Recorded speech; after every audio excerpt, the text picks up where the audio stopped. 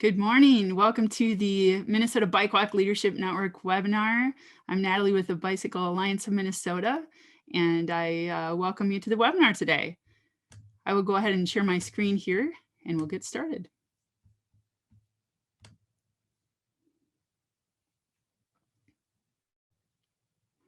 So today we're talking about Bike Walk, Roll, and Stroll the Open Streets. Open Streets West Broadway celebrates community, culture, and creativity. So today is May 18th, 2022, and we welcome you all to today's webinar about open streets.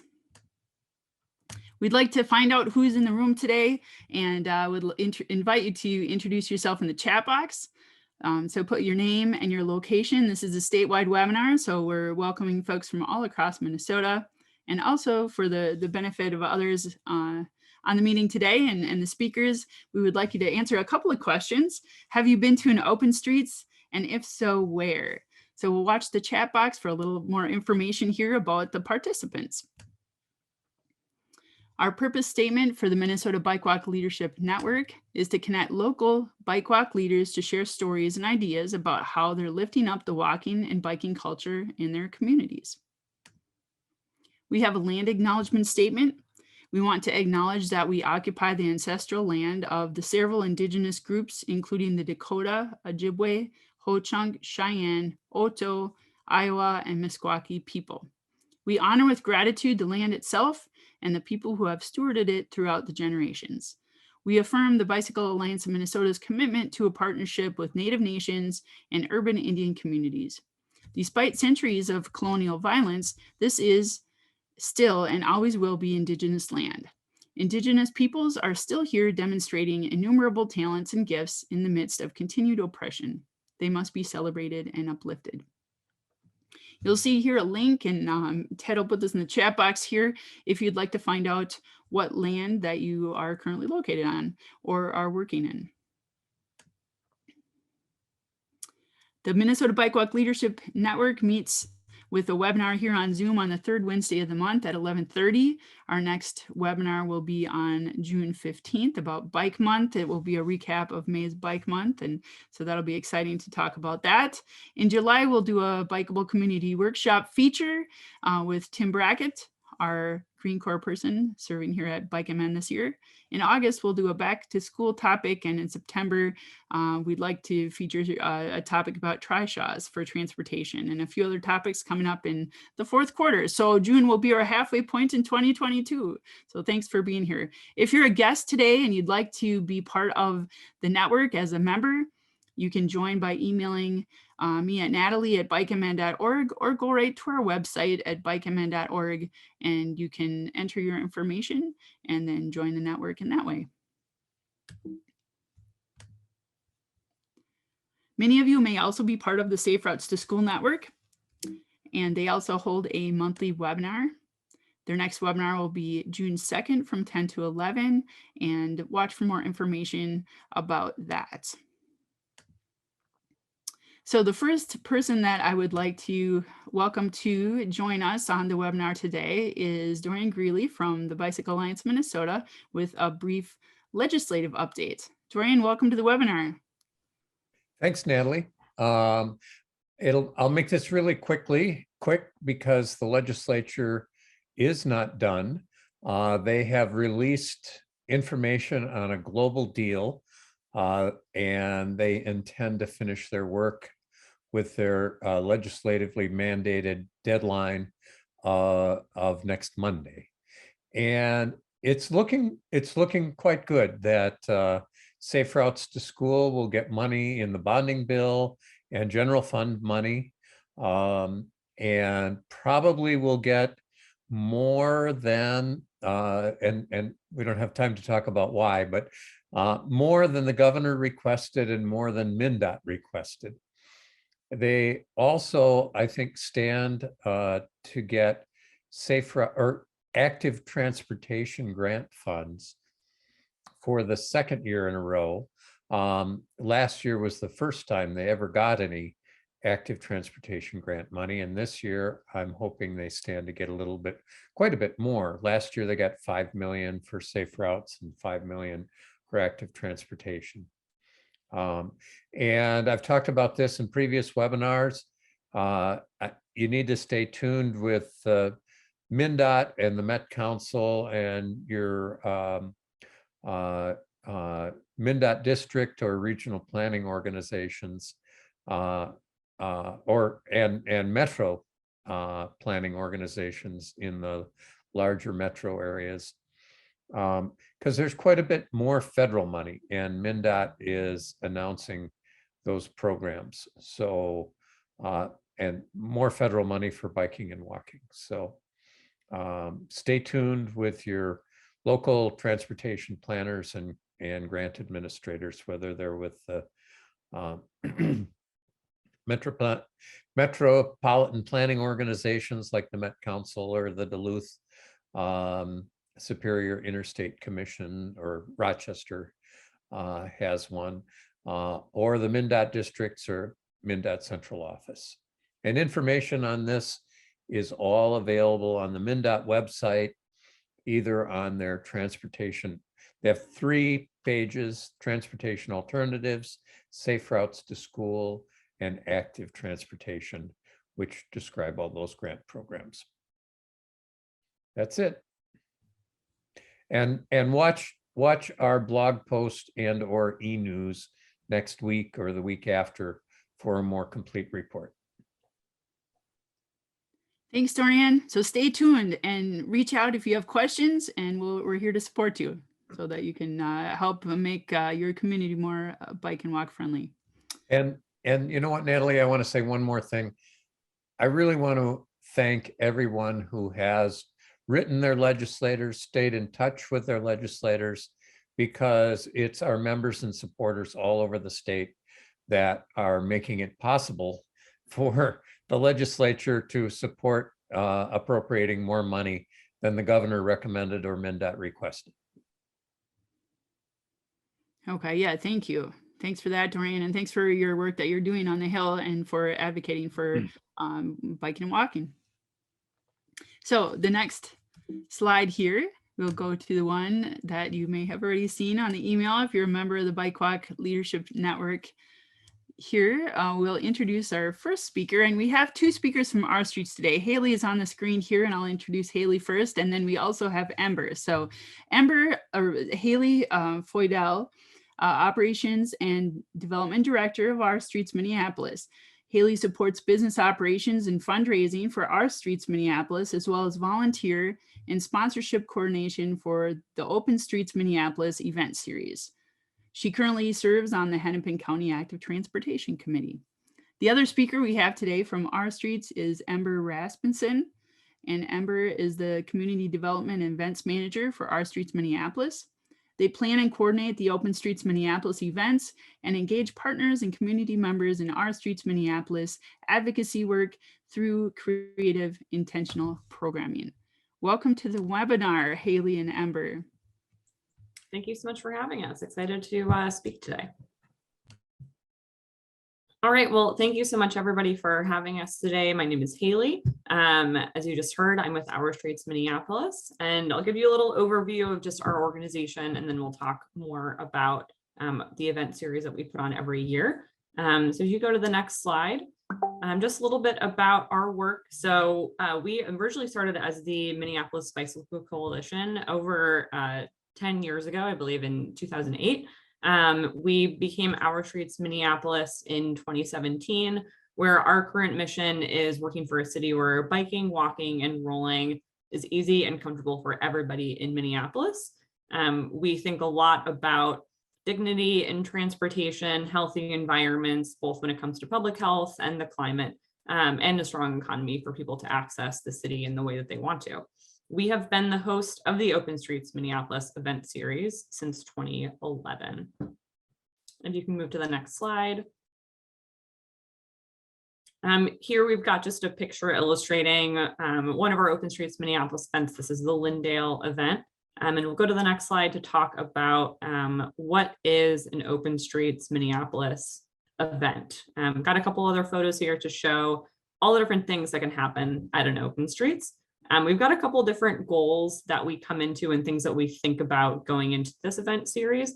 You could go to the next slide. Oh, there should be one other one there.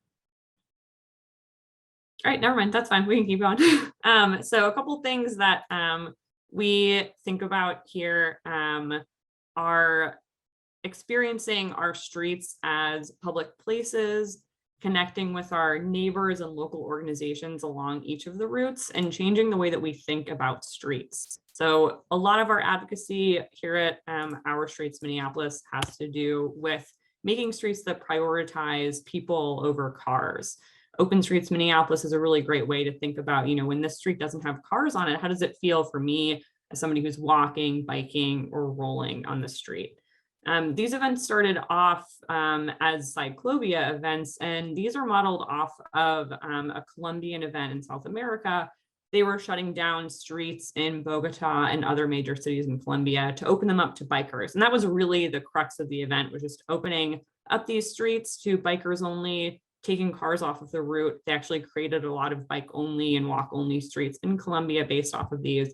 So our very first event on Lyndale in 2011 was actually called Cyclovia, and it really focused more on creating, bike-friendly streets with a couple of vendors.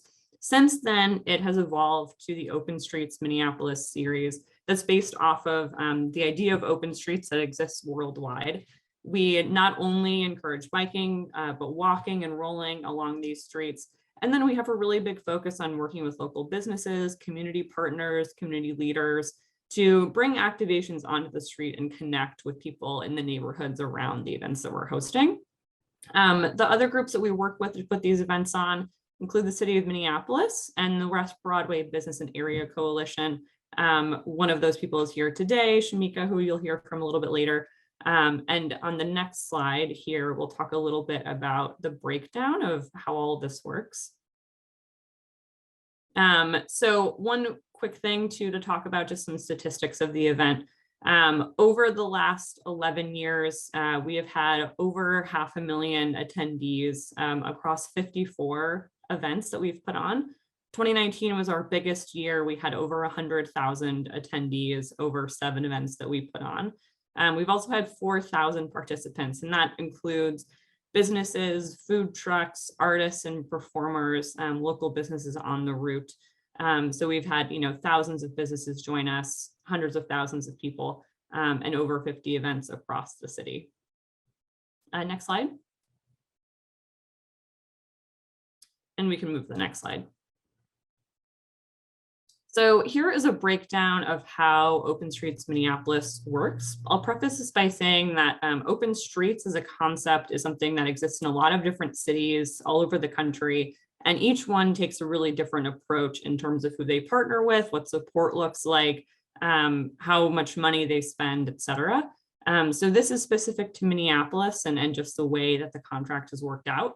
The presenting organization is actually the City of Minneapolis. We are a contractor under the city. They put out a request for proposals every few years, asking for somebody to host specifically Open Streets Minneapolis.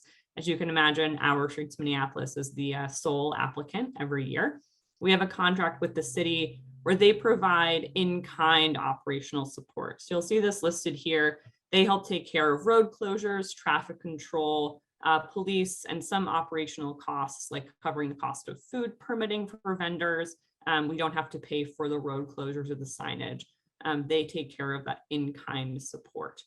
So we, are able to work with them to choose the routes that we are hosting open streets on, and then they help us get those routes closed and made safe for walkers and bikers and rollers. Like I mentioned before, we are the host of the event, and then we also work with the West Broadway Business and Area Coalition as a co-host for the Open Streets West Broadway event. Together, we work on event production. So this is everything from route selection, community engagement along each of the routes, where we're making sure that any business, organization, group that wants to join is able to. That's a big part of Ember's role. Organizing the event, operational oversight, making sure that everyone is placed on a map, that permits are correct. And then under that, we think about not only these businesses and community organizations, but the volunteers and corporate sponsors that help the event run. We rely on about 60 to 70 volunteers for each one of these events to help us shut down the street, reopen it, and then also throughout the event to just engage with people who are attending the event during the day, hand out maps, answer questions, help participants with whatever they need. We also work with local business sponsors who provide financial or in-kind support to help the event run. We don't receive any financial support from the city of Minneapolis, so we're dependent on third-party sponsors to make sure that this event is financially soluble for us as an organization. We only have Ember and then me, 25% of me really supporting this event. So it really is a one-person show at the end of the day. And we can move on to the next slide. So talking a little bit about what local involvement looks like, we talk about community engagement as one of the primary things that we do leading up to each event. And we have lots of different ways that people can participate, everywhere from nonprofits to local businesses. So we'll have, some major nonprofit groups who come to every single open streets. We'll have local businesses along the route who, maybe it's a coffee shop that has a brick and mortar on Lyndale Ave, and they will expand their property to be right out on the street. We have different community leaders that come out with their groups or with their causes, as well as artists and performers. So this is everything from artisan markets that we put on. So anybody who has a small business and is selling things that they make, things that they, services that they're providing. And we have a full market, a couple of blocks of that reserved for artisan vendors. And then artisan performers. So these are people who are maybe putting on an exercise class, a yoga class. We'll have dance groups come and perform, lots of musical groups who come and do acts throughout the day.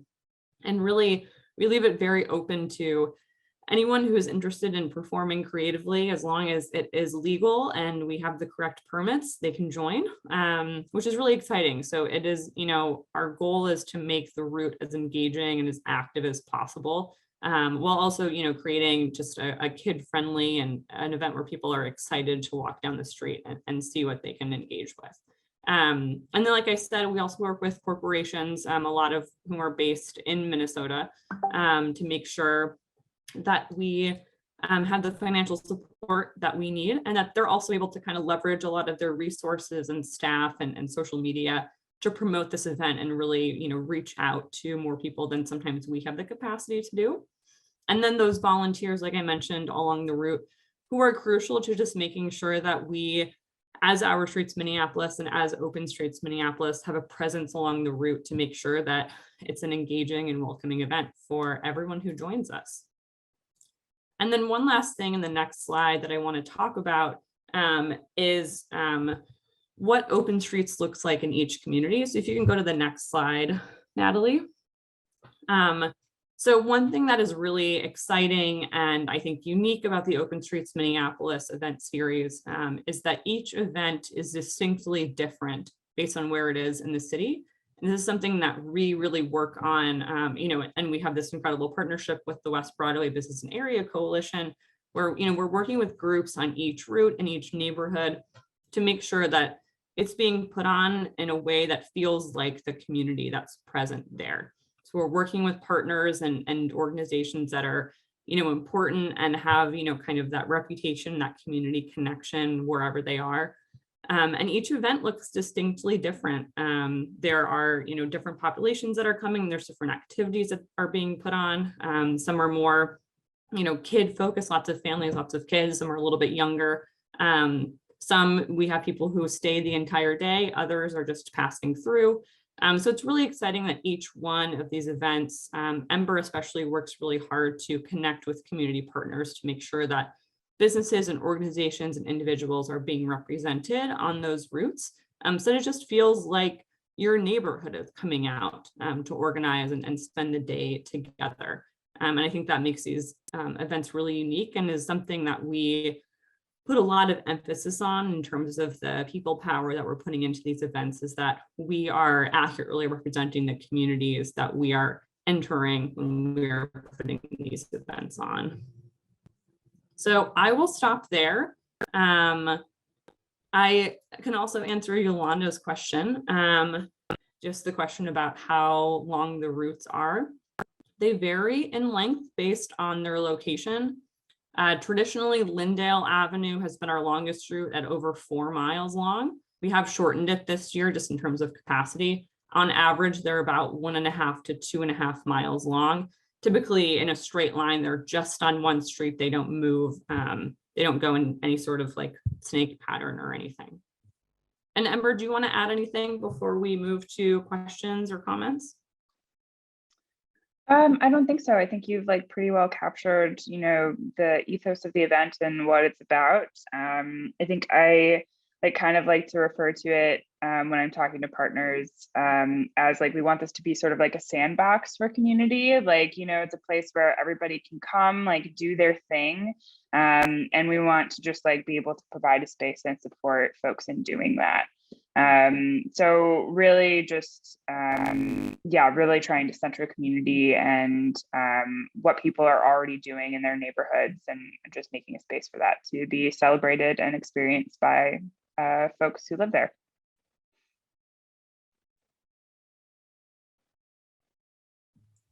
So just on the final slide, Natalie, if you want to move forward, if anyone has questions that they're not able to ask today, we've got our contact information here, both Ember and I, as well as just our general inquiries for our organization as a whole, and then for the events that we're putting on, specifically Open Streets, if you ever want to get in touch with us to learn more.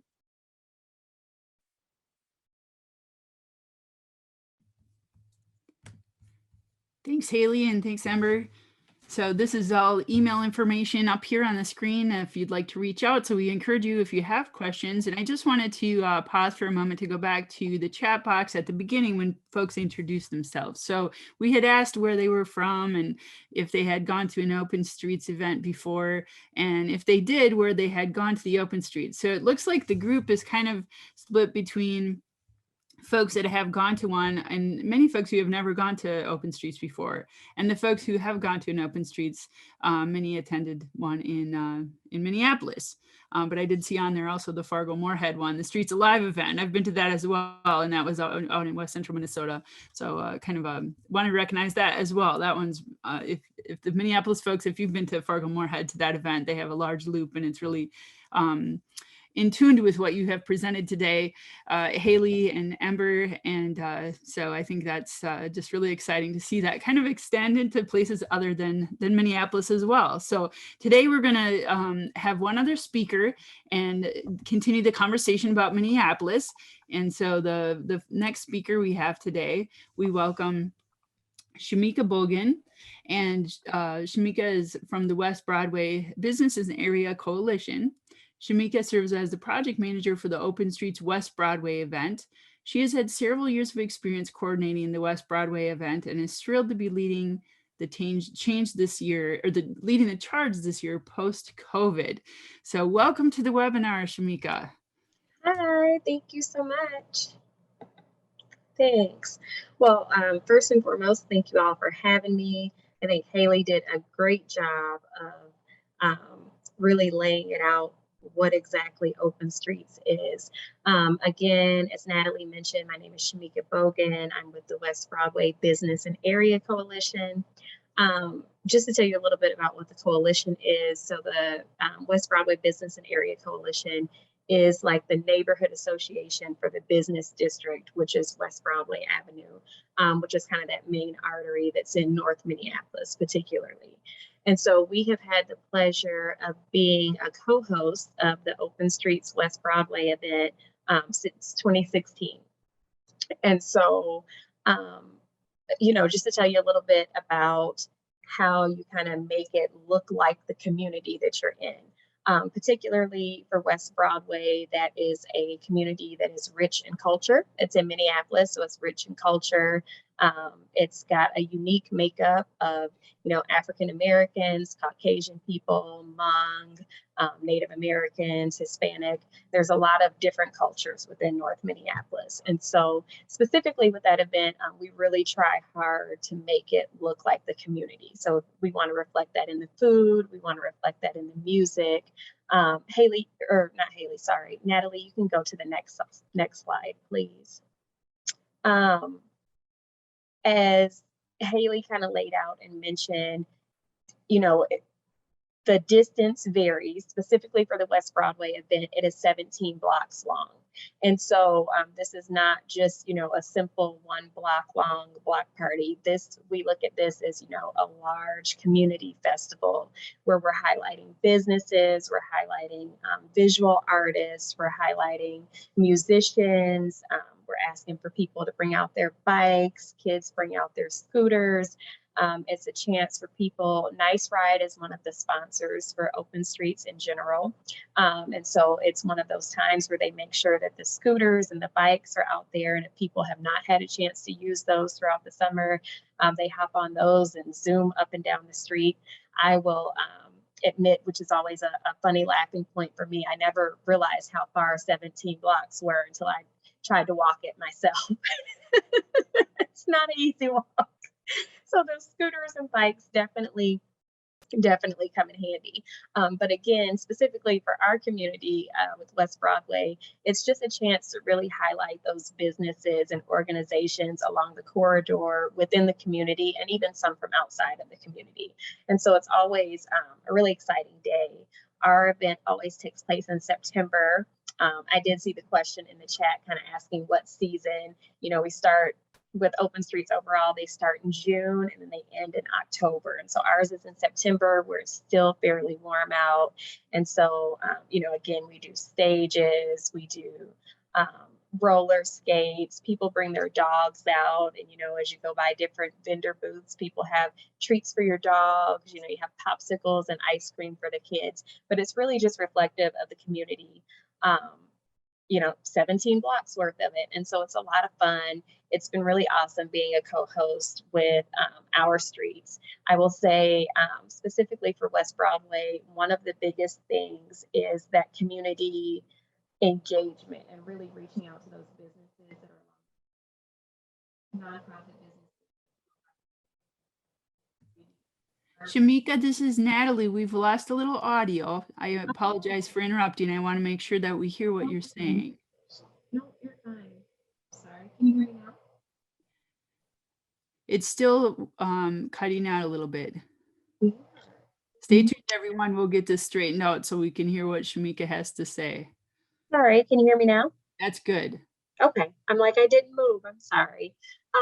In a nutshell, I was just saying community engagement for the West Broadway one especially is extremely important, with reaching out to the different businesses that serve the community, the different businesses and organizations that are along the corridor and in the community in general, and just inviting them to come out and be creative. Something that, you know, we try to do is just open up that space and open up the floor for people to come out and be creative. So, you know, this year we have a stage. The Minnesota Orchestra is coming out to perform with us.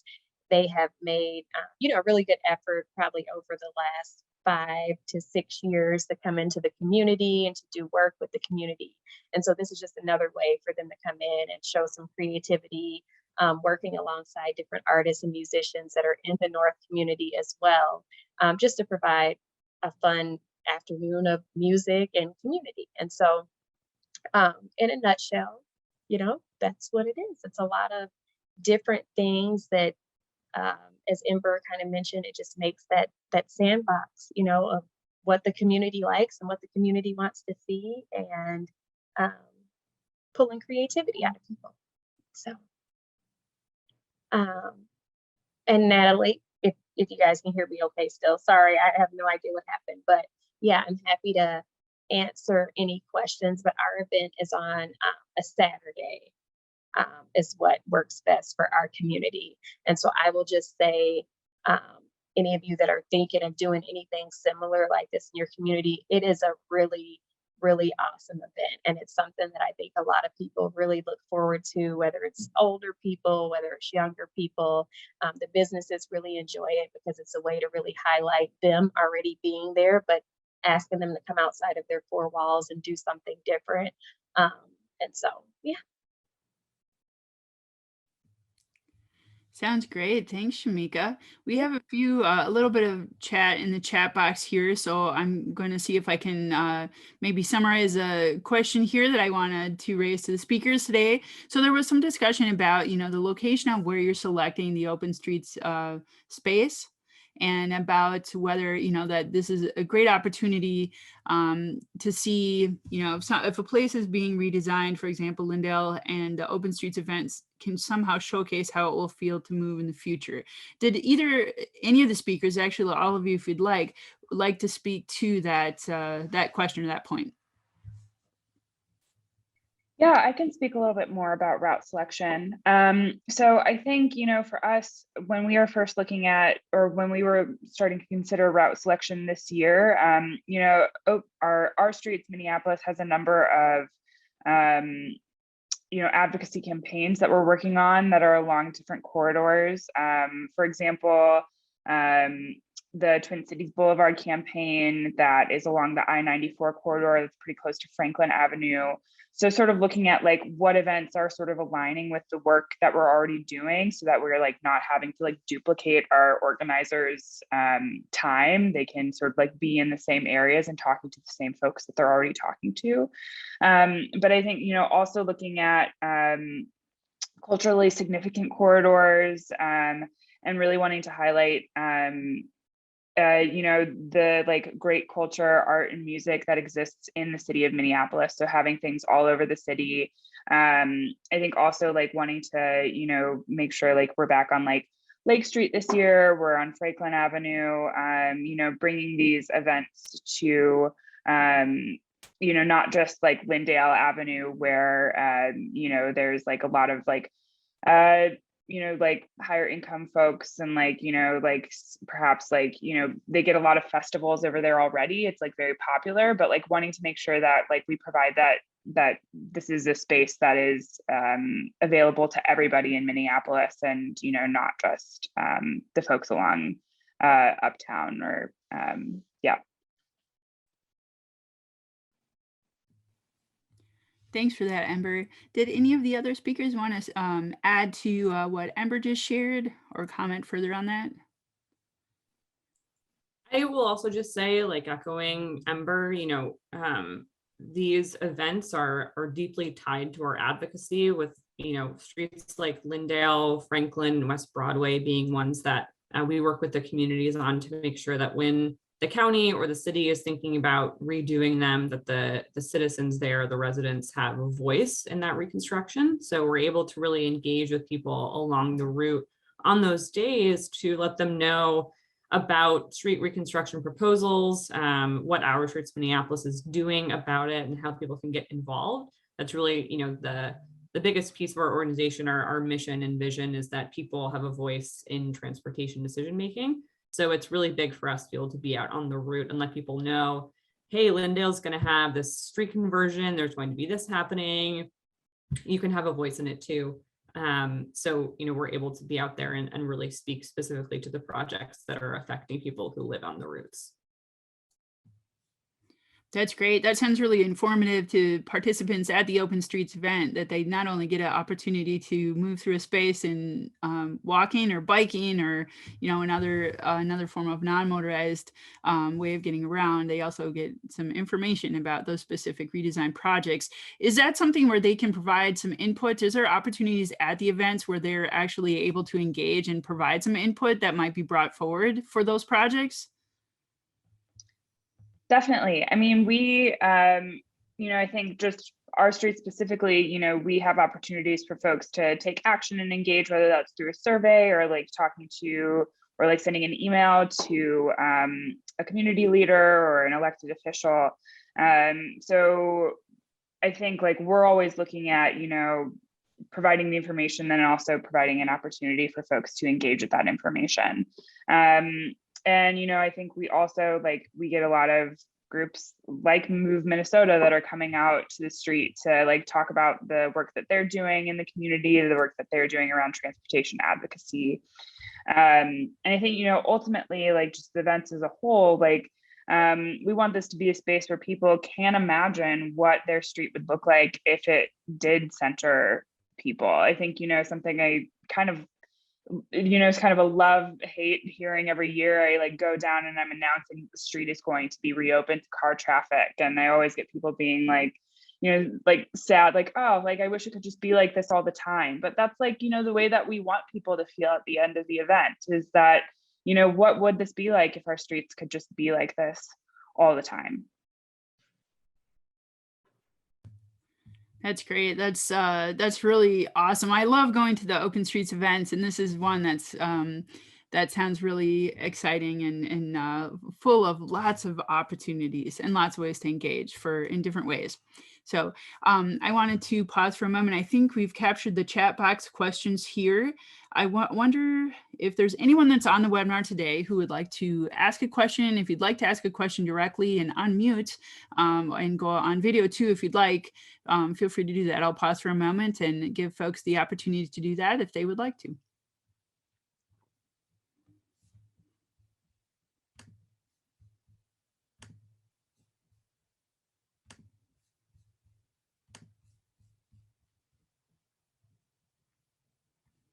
So Ted made a comment in the chat box here, how to think outside the car. It's really a different experience than being in a car when you're walking or biking or rollerblading or skateboarding or any of those other forms of moving around that folks were doing at the open streets. Yeah. Well, and I think it's important to consider, you know, it sounds like a number of folks here have like, you know, maybe been to an open streets event, but even if you haven't, or you like think about like bringing this to your own community, is to remember that, you know, I think as Hayley sort of stated, the open streets events, like as a national and international movement, like they all look very different. And I think the important thing is that they are really specific to the communities that they're hosted in. And also like, it doesn't have to be, you know, like we do this huge festival event, and I think like we love doing that, like people have a great time, but like it can also just be as simple as, you know, coordinating, you know, a monthly street closure, or so that just like folks can like bike up and down the street. I think, you know, just the more that we can create these opportunities for people to sort of reoccupy public space. Our city streets, like the greatest percentage of public space that, you know, we have, that is usually only occupied by cars. And so like, you know, imagining streets and as a space for community to happen. Because I know, like, you know, I'm sure many of the folks like, you know, bike around their own communities here on this call, and it's a very different experience to, you know, be, you know, biking down the street and, you know, being able to like see the businesses that pass and like, you know, actually have a more human experience rather than just being isolated in your car.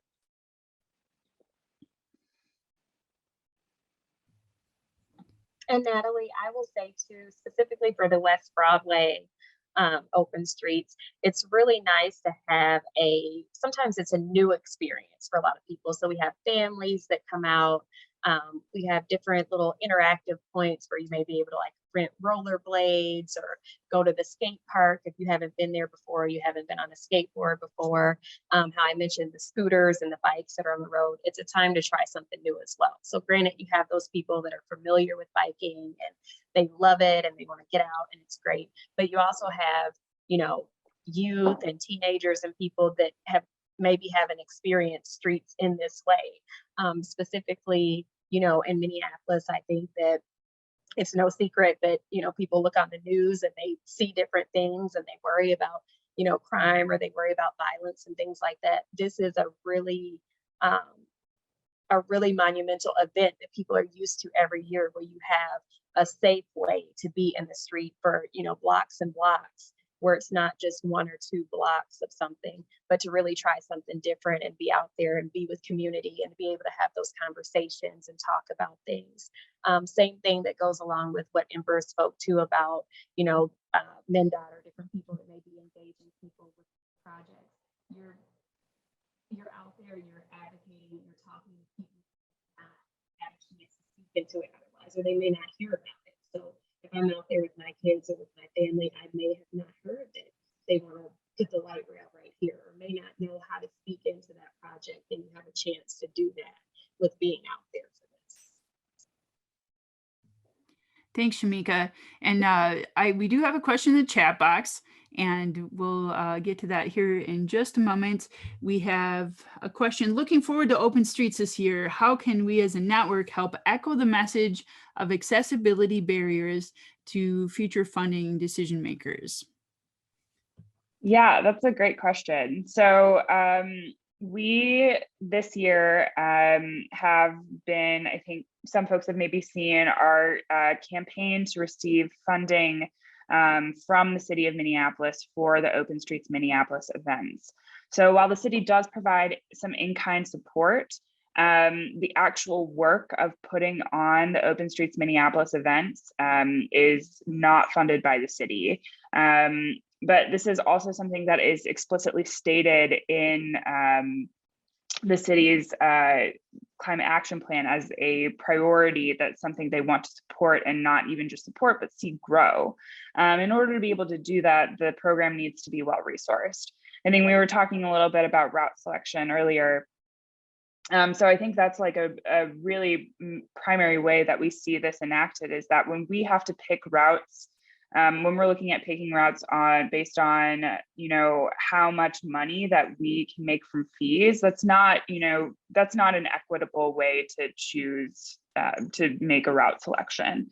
We want to be able to bring these events, where they are most needed and desired in community, and not just events that are profitable.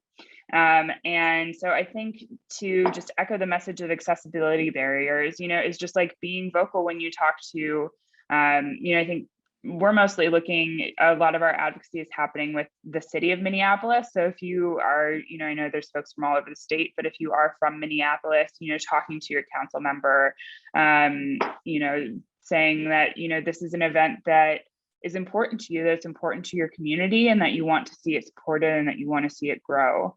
And I think, it's also looking at reducing fees for folks who participate, really keeping it a community-centered event, making sure that folks, no matter their income level, can participate, and also would allow us to increase like translation services, increase, some additional support, like providing tents and tables for folks who are just getting started, who may not have those materials themselves.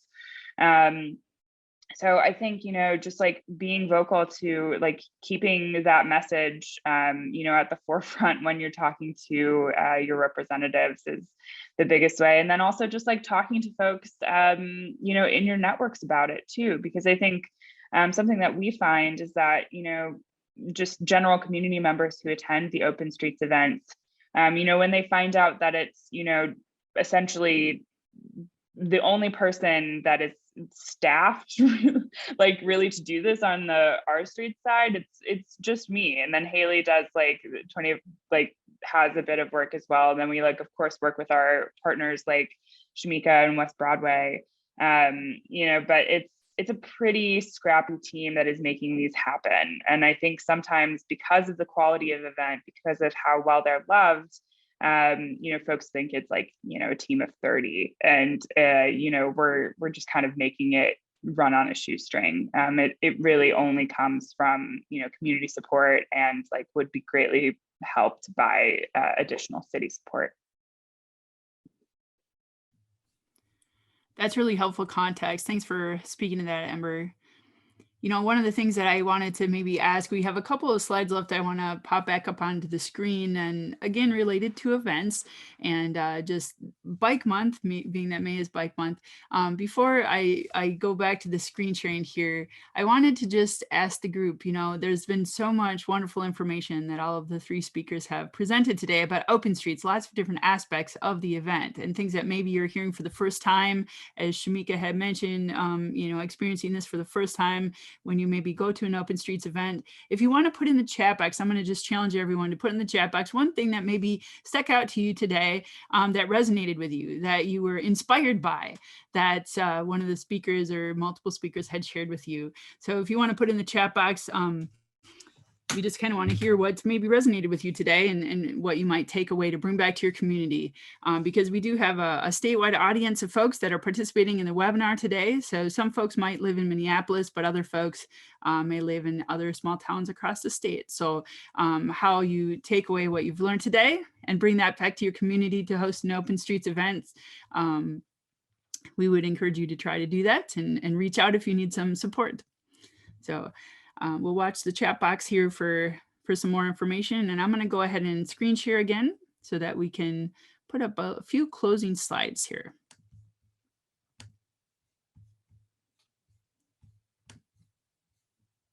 So there's one more slide from the West Broadway event that I just put up on the screen. Shemeka, we had one more. I should have clicked one more time, but you know, it's just amazing to see, you know, the folks that are strolling around in the strollers and different ages, and you know, there's a dog. You know, it's really a community event, as Amber mentioned too. You know, just really connecting with the community that you're in here.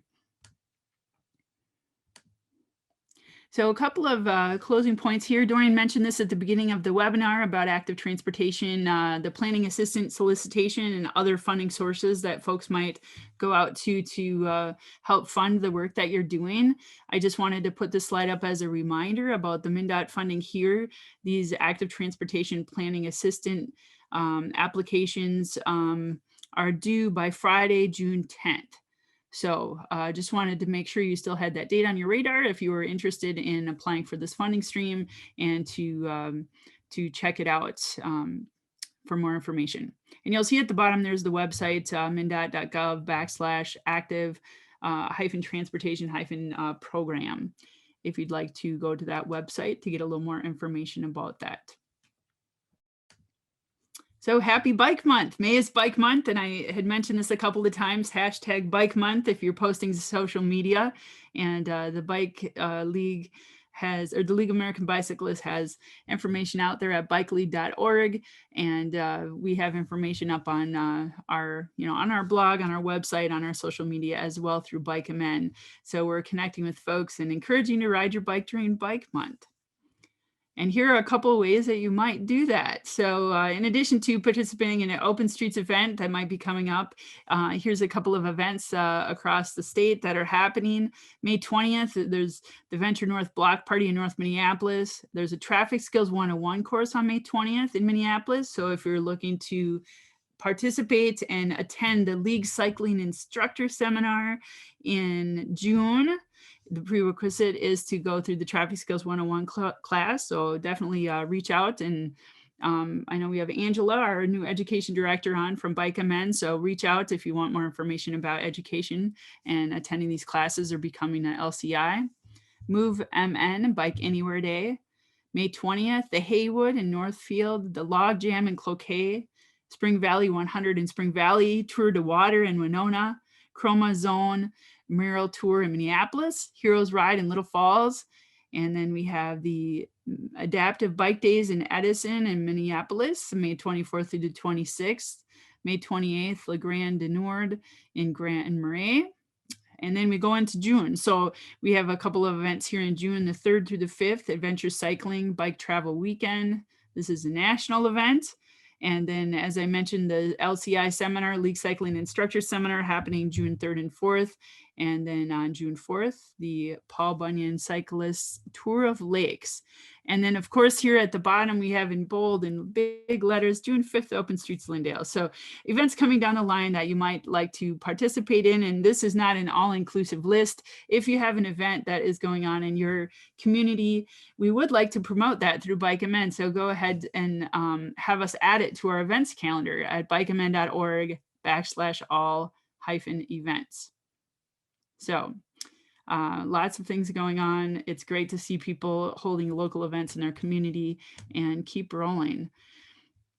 Now I'll pause for a moment here. It looks like we do have some comments in the chat box here, and I want to make sure if there's any closing comments here. I have a question about the MnDOT slide. Let me go ahead and put that back up on the screen. We can get back to that slide. So that's for the MnDOT Active Transportation Planning Assistance Solicitation. And then Ted or Angela, would one of you like to post a link in the chat box for the League Cycling Instructor Seminar coming up if folks want to register for that? If you've taken the Traffic Skills 101 course and you would like to become an instructor so that you can lead rides in your community, lead some of these events in your community, or get bike education out to all ages and abilities in your community, please reach out and sign up for that and become an instructor so that you can have that connection with the locals where you live. So, all right, I will stop sharing again, and just wanted to leave it open for any of the speakers if you'd like to give a closing comment before we wrap up the webinar. Hayley, Amber, or Shemeka? Well, thank you all again for having us. Amber put this in the chat, but if you have any questions about Open Streets Minneapolis at all, we did put the website in the chat, but feel free to reach out to either of us. If you'd like to see the event in action and attend, or come and join us as a volunteer, all that can be found on our website as well. We're always looking for folks to help make the event welcoming and engaging for everyone. It's a great way to see some of the behind the scenes, how it works, and maybe take some notes if you'd like to make one of these events in your city. So thank you.